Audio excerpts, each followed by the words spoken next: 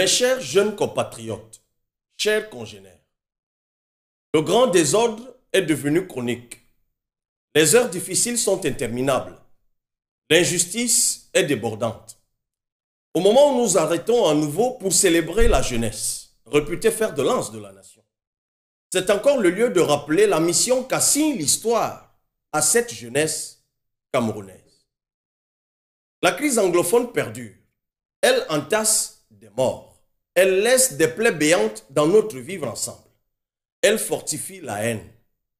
La jeunesse anglophone demeure une partie de la solution. Leurs aspirations profondes doivent être entendues dans le cadre d'un débat national que nous appellerons toujours de tous nos voeux. Je joins à nouveau ma voix à celle de l'Anglo-Saxon Youth Council of Cameroon, élevée depuis plus d'1 an déjà, appelant à la libération de tous les détenus de cette crise et au dialogue. La paix n'a pas de prix. La guerre n'a pas d'issue. La destinée commune est ce que nous avons de plus sacré, de plus cher. C'est pour cela que je vous interpelle, chers congénères, à dresser une forteresse nationale devant le tribalisme rampant. Ayons en abjection ce fléau entretenu par les médiocres divisionnistes, ceux-là qui redoutent l'unité. Cette unité, cette cohésion, dont nous avons tant besoin pour poursuivre l'ouvrage patriotique initié par nos illustres héros engagés dans la vingtaine, dans la trentaine, Wandie, Osende Afana, Moumie, Oumniobe, Singap, Bébé Eidi Endele, Malam Abdoulaye et d'autres, qui portaient ensemble, solidaires et en parfaite complémentarité, le rêve d'un Cameroun prospère dans sa diversité. Nous sommes jeunes et pour nous, la générosité, la curiosité, l'acceptation de l'autre et de ses différences, le goût de ces différences sont un élan naturel.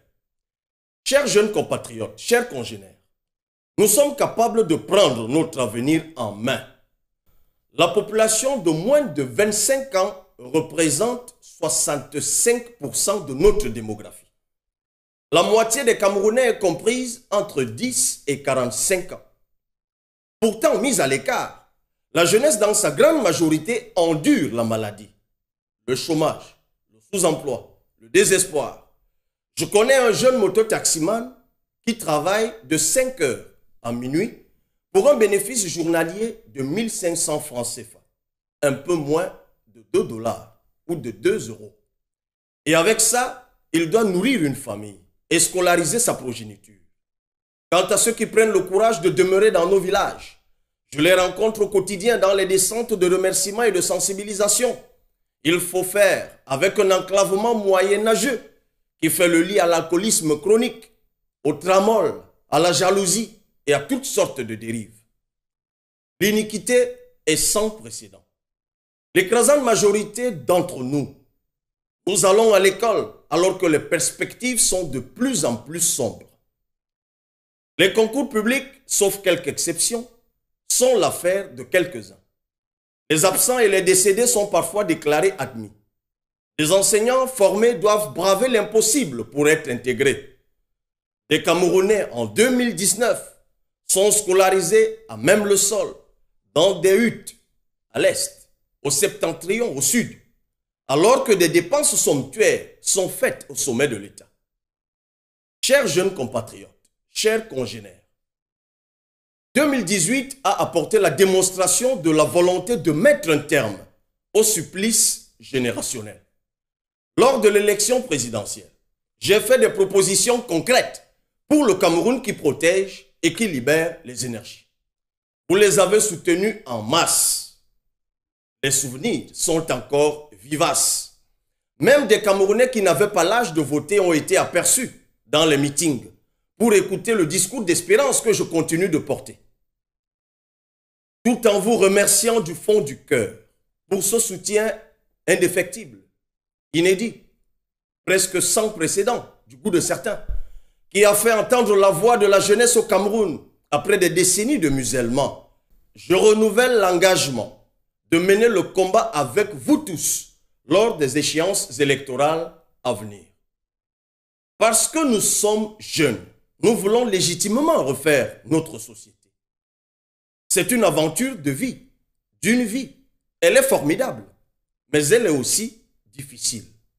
Courage, patience, intrépidité et humilité doivent être notre partage. Avaler la pilule amère qu'impose la forfaiture électorale de 2018 est pour certains l'affront de trop. La pulsion revendicatrice suite à une blessante injustice est parfois incontrôlable, surtout lorsque la simple liberté d'exprimer son désarroi est asphyxiée par une bureaucratie méprisante. Le risque, qui est en même temps le piège tendu, est de se laisser aller à poser des actes aux conséquences imprévisibles. Sauf que tous les régimes autoritaires se nourrissent de la colère. Néanmoins, rien n'est donné. Le meilleur est toujours à conquérir. Et nous devons sans cesse nous battre pour que tout aille au mieux. Et nous serons toujours solidaires de ceux qui se battent pour que demain soit meilleur. Chers jeunes compatriotes, chers congénères, 2019 nous offre une chance de mettre en place des programmes de développement avec la création de centaines de milliers d'emplois en moins de 2 ans. En effet, à travers les élections législatives et municipales, le changement tant souhaité peut voir le jour.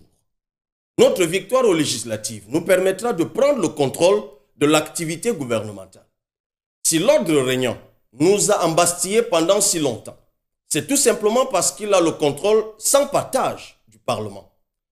Nous avons l'opportunité de voter des lois dans l'intérêt du peuple. Saisissons-la.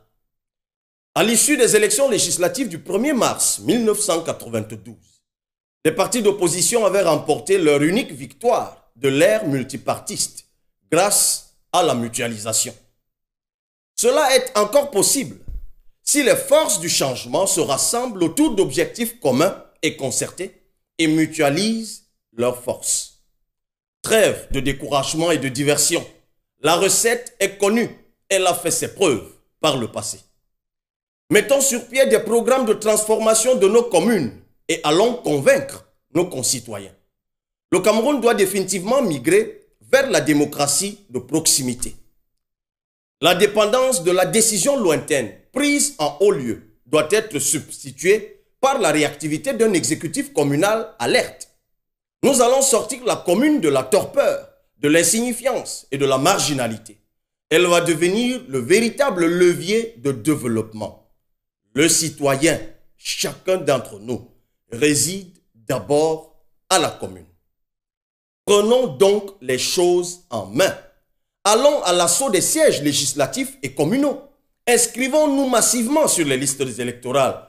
Votons massivement le moment venu. Surveillons massivement après avoir voté. Nous saurons ainsi faire face à la fraude électorale à laquelle la faible implication populaire nous expose depuis tant d'échéances. Cette fraude qui profite à un groupuscule de personnes à qui nous devons imposer une fin de règne. C'est à nous de choisir. Faire ce qu'il faut en 2019 ou nous exposer aux incertitudes de la médiocrité. Bonne fête de la jeunesse à toutes et à tous. Vive la jeunesse camerounaise. Vive le Cameroun, notre beau pays. Que Dieu nous bénisse.